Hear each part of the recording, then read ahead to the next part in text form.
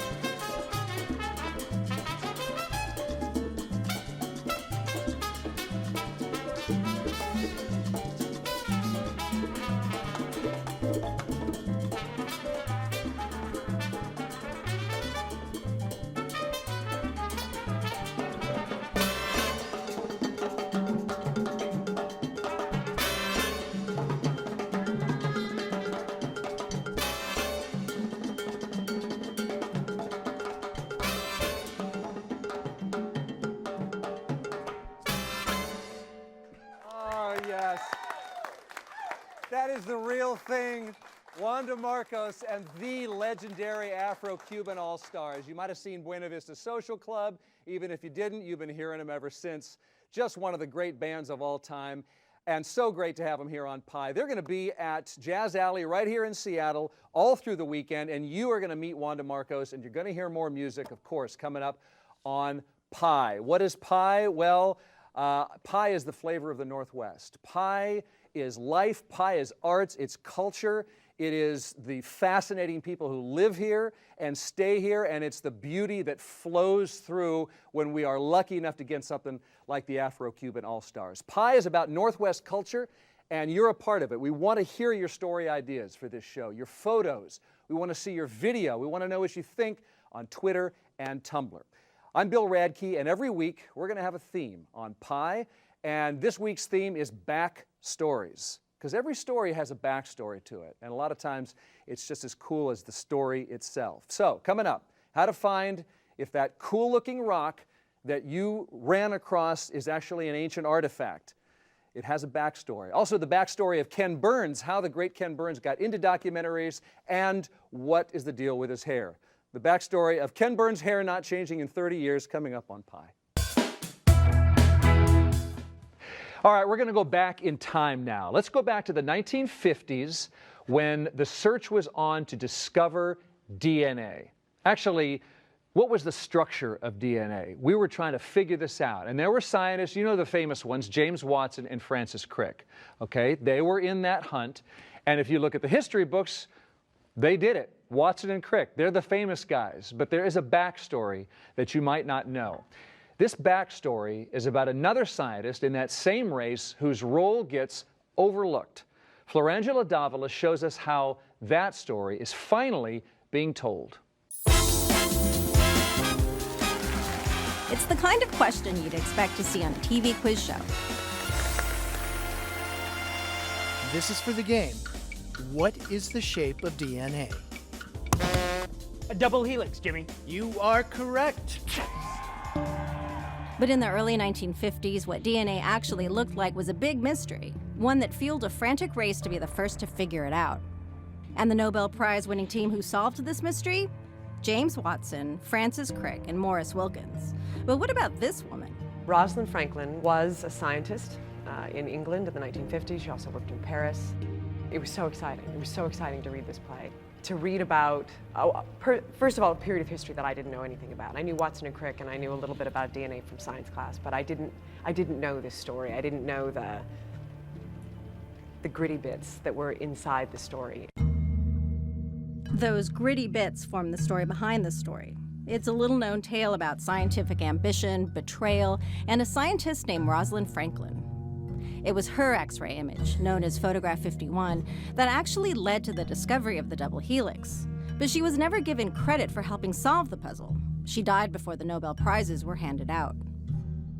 Seattle actor Kirsten Potter plays Rosalind Franklin in Photograph 51, a new production at the Seattle Rep.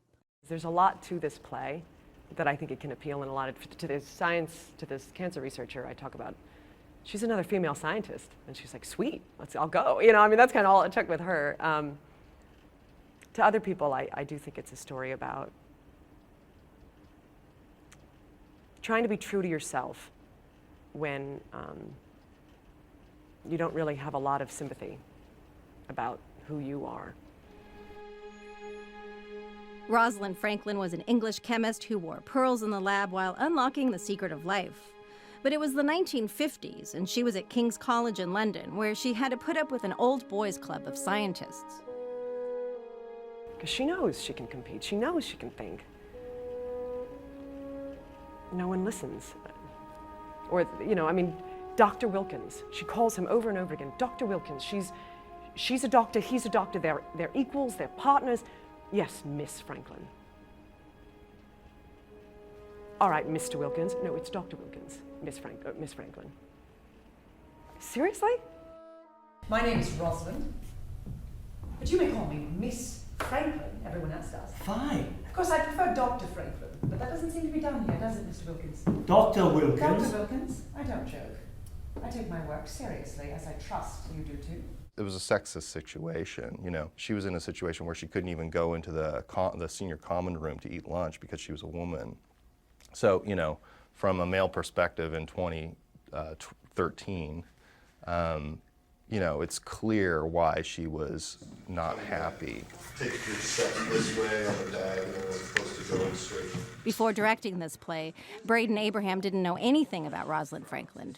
And he loves how this story gives people an insider's look at the way scientists work.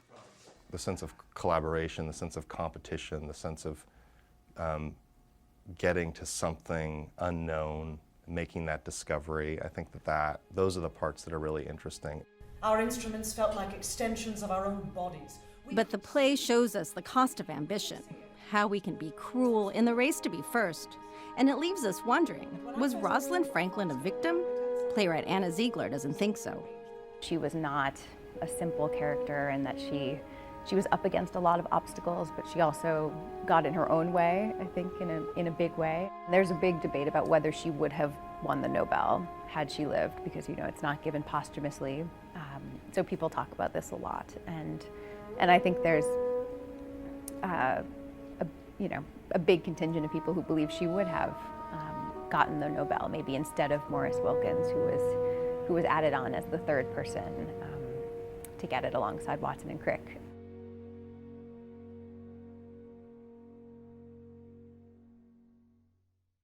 And Florangela is here with me now. Hey there. Hi, Bill. What a story. So, are you serious that this is all, how much is historical fact that there's this uncredited DNA discoverer, and how much is a little theatrical liberties taken? The playwright really wanted to tell the story of Rosalind Franklin and wanted the audience to walk away knowing about this woman and knowing her name. But she did take some liberties, especially with the supposition that maybe there was a love relationship between her and Maurice Wilkins. Mm-hmm. There was a lot of tension between those two, and she really thought that so much tension and so much was probably coming from a place of love. Tension is sexy. Tension Even is sexy. in science. And you can see those quips in the play, but it really is an emotional look at the possibility of regret. So let's tell you how you can find out more about it. This is the Seattle Rep Theater producing this show through March 10th. And the way to find out is simple. You know, how do you get tickets? They're online, seattlerep.org. Florangela Davila, great to talk with you. Thanks, Bill. And now, documentary filmmaker Ken Burns interviews Ken Burns.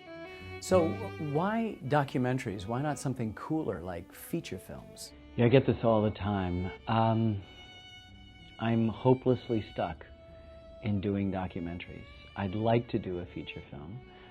That's what I always wanted to do. But I got the documentary bug and I couldn't get it out. Why history? Why not the future? This is a dumb question. It's so obvious. The rent is cheaper.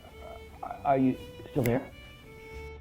Hello? Do you know how more expensive it's going to be in the future than it is now? And think about how cheap it is in the past. That's the important thing. The rent is cheaper. So why do you have the same haircut as Hillary Clinton?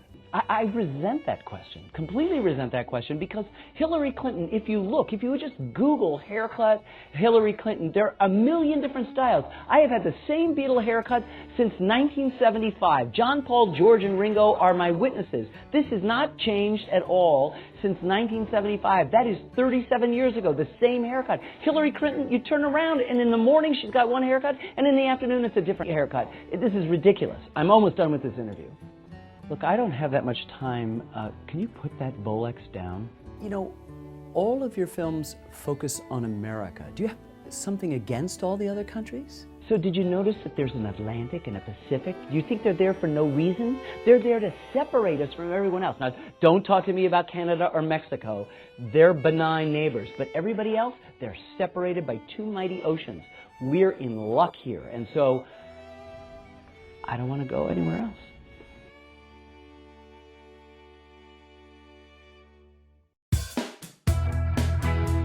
Have you ever been out walking, been on a hike, and found a rock that seemed like, is that a tool? Is that an arrowhead or something? Or maybe you've got a basket or a blanket at home, you don't know where it came from.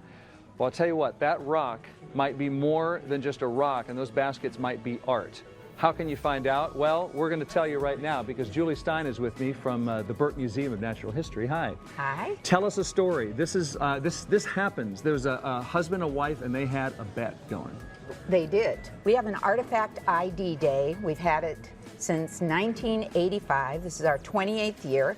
And this husband and wife had been arguing about their rock for a really, really long time. So the wife thought it was made by people. It was an artifact, and the husband thought it was just a rock, but it wasn't an artifact. Right. So she decided, artifact ID day, I'm taking it in. So she comes up and she says, my husband and I have been arguing about this for years, and I think it's an artifact. What do you think? And I'm sitting there going, oh, I'm so sorry, it's not an artifact. It's a rock. It's a rock. It's a rock. And we've got it or something like it right here behind us. Can we come around and look at some maybe artifacts? Because this is what it's about. These are the kinds of things that people might bring. And this is an example of, like the woman who brought the rock. Somebody may come and bring this and say, I think this is a castle. But actually what it is a mineral that forms on the ceilings of caves. So if you turn this upside down, you can see where it was on a cave and it was dripping down. Is that the same as stalagmite or stalactite? Yeah, these are little baby ones. Yeah. And so someone would bring this to Artifact ID Day, and people who know minerals would tell you what kind of mineral it was. The most frequent object for people to bring are baskets. And a lot of people have baskets in their home that their grandmother, their mother, their aunt, somebody has given them, and they think they know what they are. And they'll come and they'll say, my grandmother had this basket from Northwest Coast Indians, made by a Northwest Coast Indian. So our basket experts would look at it and say, well, actually this basket was made in either the Philippines or in China.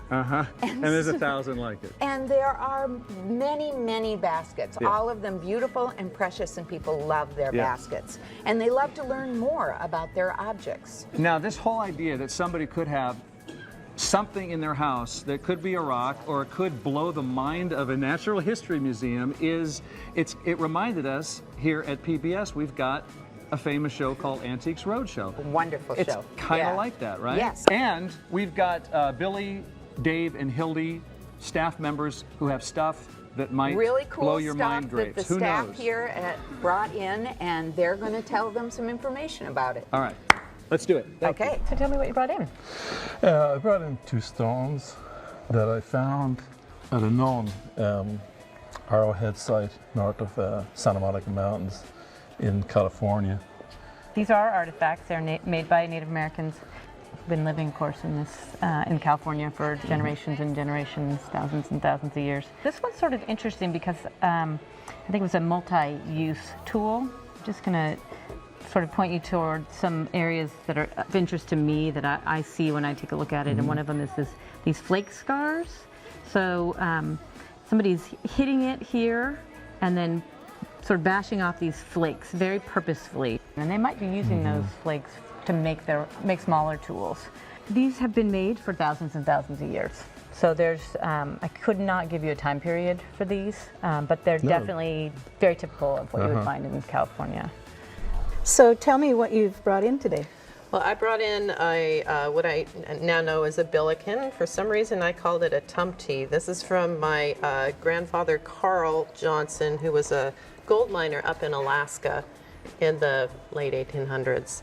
And then these are little salt and pepper shakers that I picked up at an antique store on the Oregon coast. And I just saw the similarity and really like it. It's supposed to be a good luck charm, I believe. So you're right, and they do come from Alaska. This billiken is probably the most ubiquitous tourist art from Alaska. The thousands of these were made by Inupiaq carvers from around Nome, Alaska, starting in 1909. And so the original inspiration for this was a Buddha with a fat belly, and people patted the belly for good luck. Yeah, I could see the similarities, and I always thought that rubbing the tummy was good luck. So all these years of good luck I attributed to my rubbing of the tummy. But so that's exactly, they were sold as good luck charms. And the long years, And they exploded. Thousands of them were made during the World War II because the military men were stationed in Alaska, and before they flew off to war, they wanted to have a good luck charm. So Billy, tell me what you brought in today. Oh, you know, I think it's some kind of a mammoth tooth. My mom's boyfriend found it up in the San Juan Islands a couple years ago. Yeah. And you're absolutely correct. This is a mammoth molar, and judging from the size of it, it's probably a baby tooth. A full-size mammoth molar is probably going to be like 2.5 times this, so it'll be about that big. Mammoths had 6 sets of molars, and just as we have 2 sets, they would gradually lose them. The molars would develop behind the active one, and as the tooth wears out, then it would be replaced. And obviously, once the mammoth got to number 6, then that tooth wearing out would then mean they couldn't eat, because mammoths ate plant material, and obviously you can see this very well-defined grinding plate. That's how they ground up the plant material that they were consuming for food. I brought here another mammoth molar. Oh, wow. This is slightly larger. And simply, I brought this because this is from Whidbey Island, and we know that it's about 15,000 years old. So my best guess would be that this is probably equivalent in age. So this is a very nice little tooth that you have here.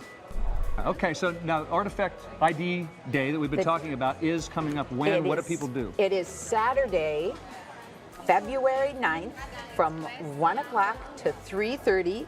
They come to the front door of the Burke and they pay admission, and the artifact identification is free with admission.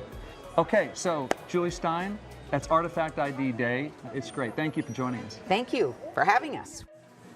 At your house.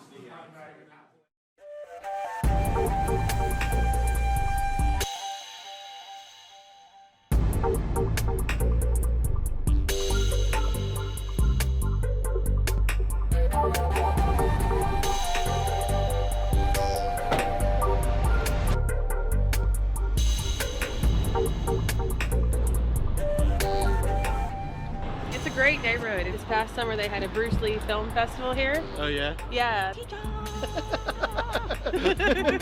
I grew up here. My father had an electrical contracting place over on 7th Avenue, Chins Electric.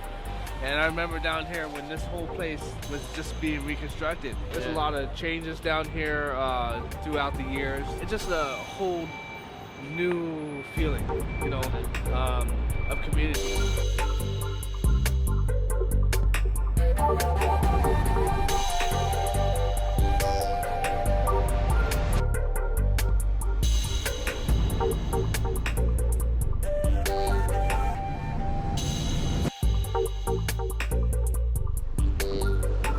Thank you. You're done.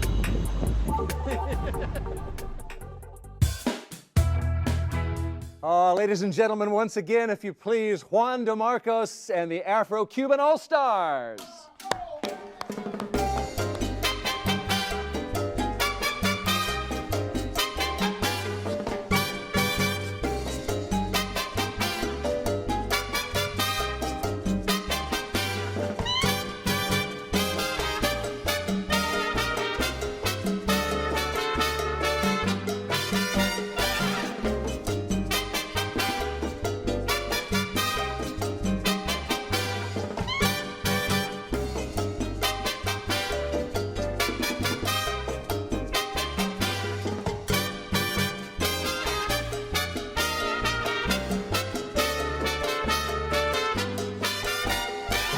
Allá en La Habana del Este, pasando el túnel, mi amor, tengo una casita linda y ahí está mi corazón.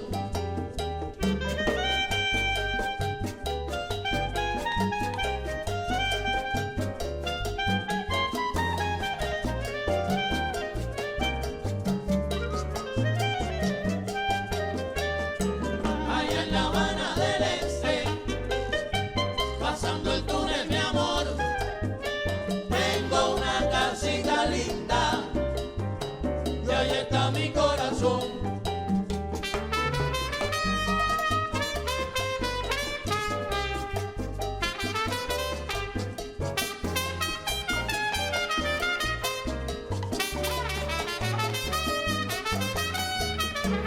Allá en La Habana del Este, pasando el túnel, mi amor, tengo una casita linda y ahí está mi corazón.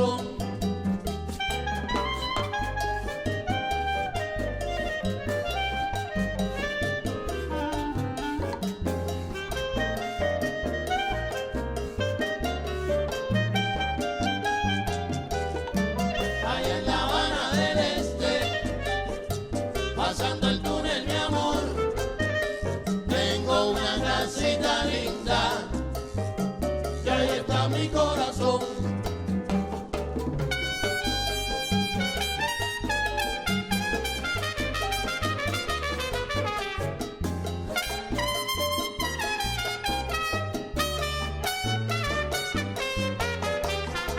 Allá en La Habana del Este, pasando el túnel, mi amor, tengo una casita linda y ahí está mi corazón.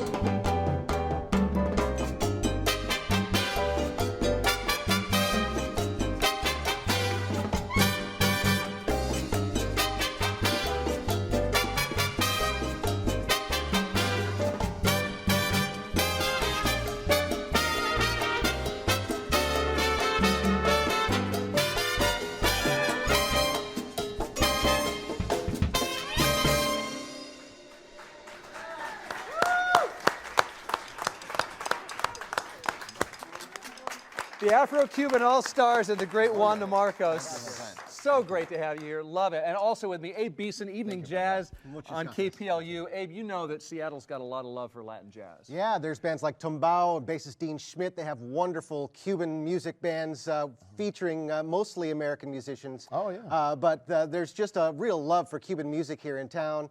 And a lot of these musicians go to Cuba and come back and they're just bursting with Cuban music. And I wonder if there's an influence there for you in American music. Of course. There's an influence of the American music in the way that we write certain parts of arrangements, especially the longer sequences of chords, of the optionals, and sometimes in the mambos as well. And in the Latin jazz, normally the riff of the brass is very American. But in spite of we are playing under the basics of the Afro-Cuban rhythm with the syncopation proper of the Cuban rhythm. You mentioned rhythm. Can I ask you about women? Because I heard you say that the basis of the Cuban rhythm is a woman's walk. Oh yeah, for sure. Tell me about that. Normally women walk when they well in the Western music the accent is either on the first or third beat of the bar. If you listen to Beethoven or Schubert or whoever, can can can king king can can, then the triplets are ta ta ta ta ta ta ta ta ta ta. In the Cuban music is ta ta ta ta ta ta. The accent It's not exactly on in the accent. Or say, I mean, on the beat. Well, in the Cuban music, specifically in the son montuno, which is the kind of music that we play, the accent is either on the fourth beat of the bar or in the second half of the fourth beat of the bar. And this is the way the women walk. They step on the beat and they send the hip to the to one of the sides on the eighth note. Yeah. All right. Okay, we go. Juan DeMarcos and the Afro-Cuban All-Stars.